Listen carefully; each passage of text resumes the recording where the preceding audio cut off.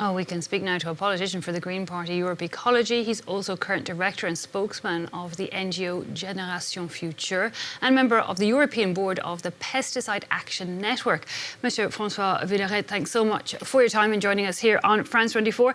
Can I start simply by asking you, these particular pesticides currently being debated by the French Parliament, what exactly are they, when were they banned and how dangerous are they? Yes, France banned all neonicotinoids back in 2018.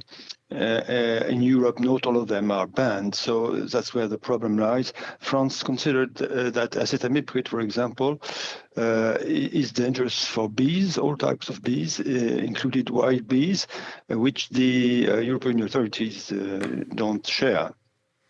Is that not ultimately the problem here, is that pesticides cross borders? I mean, they don't just stop along or, lines of borders. And the fact is that if France bans them, but Germany doesn't, for example, it is unfair on the farmers. Yes, but, when an active substance is authorized in Europe, not every country is obliged to use it. There are huge differences in terms of number of pesticides authorized. For example, France is the country in Europe where that have the largest number of chemical pesticides allowed. So, but there are differences between countries. It's like that. The problem is a problem, an economical problem, in fact, because we spotted that the price paid to beetroot growers is lower in France compared to Germany or Belgium. So, they could have an increase of about 10% just to have the same price as the price paid in Germany, for example, and they wouldn't need any other insecticide as acetamiprid. So, it's not the environment that can be, harmed to have more yield.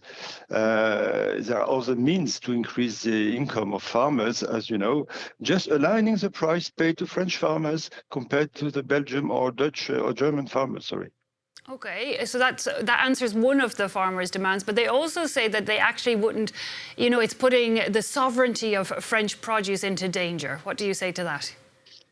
Oh, well, France is exporting about half of its sugar because we produce so much sugar beetroots, that we export about 50% of our own production. So it's not a matter of sovereignty at all, This is not a good argument. Are there other pesticides then? You say France is one of the highest use of pesticides. I mean, is there a movement here in France to examine that? I mean, surely are all pesticides bad or are some a necessary evil? Some are worse than others, clearly, and neonicotinoids are clearly very highly toxic compounds. And that's why France banned all of them back in 2018. It was not just, an idea like that on the table, because there are many, many studies, scientific studies published every year. We spotted about 24 of them last 2 years that shows that, for example, acetamiprid is highly toxic. There is a lack of studies also concerning the toxicity, neurotoxicity of development for the fetus and young kids. So it's a serious matter. All neonics should be banned in Europe and not, the other way around, France going back to the same level as the rest of the EU. Acetamiprid is also very persistent in the environment. So we believe that it should be banned at the EU level, and we will work on that in the coming months and years. I mean, France currently still debating the idea. Do you think it will actually go back on this?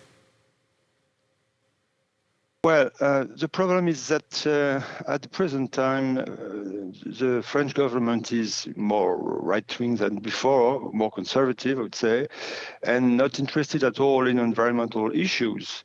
And that's why he's giving it all to farmers' unions, conservative farmers' unions, and nothing from the environment. But, France had a plan to reduce the consumption of pesticide by 50% in 10 years. That was 15 years ago when it started. It was a total failure. because, in fact, there is not a strong conviction that the practices of farmers should be modified and improved. And I think we have still a lot of work to do to change that, and also at the EU level, where there is a huge usage of pesticides, and it pollutes groundwater. For example, in France, the last official report showed that 25%, a quarter, of all water resources is polluted by pesticide residues over the legal limits, which is, concerning 17 millions of people, 17 millions of consumers throughout France. Well, it can't last like that much longer. So we have to work on reducing our dependency on pesticides in French agriculture. And I would say in the rest of Europe, it's much as the same thing. And I imagine you have had lots of interactions with farmers. I mean, when you see the damage that these pesticides can do, you're telling us even about the bee population that could wipe it out. I mean, it doesn't take somebody to be in the industry to see the impact that will have on production in the longer term. But what do farmers have to say to that? Aren't they worried about the damage the pesticides are doing to their own land and future production? Well, farmers should be worried that the pesticides are dangerous for themselves. And now in France, we have recognition for the link between exposure to pesticides and a few diseases, Parkinson's disease, some cancers, and so on. So they are the first to be harmed, honestly. But the problem is that for example, in beetroot cultivation, they want to have a very high yield, but the yield is already very high. In the last 2 years in France, the average yield for beetroots throughout France was about 80 tons per hectare, which is, wow, very big already.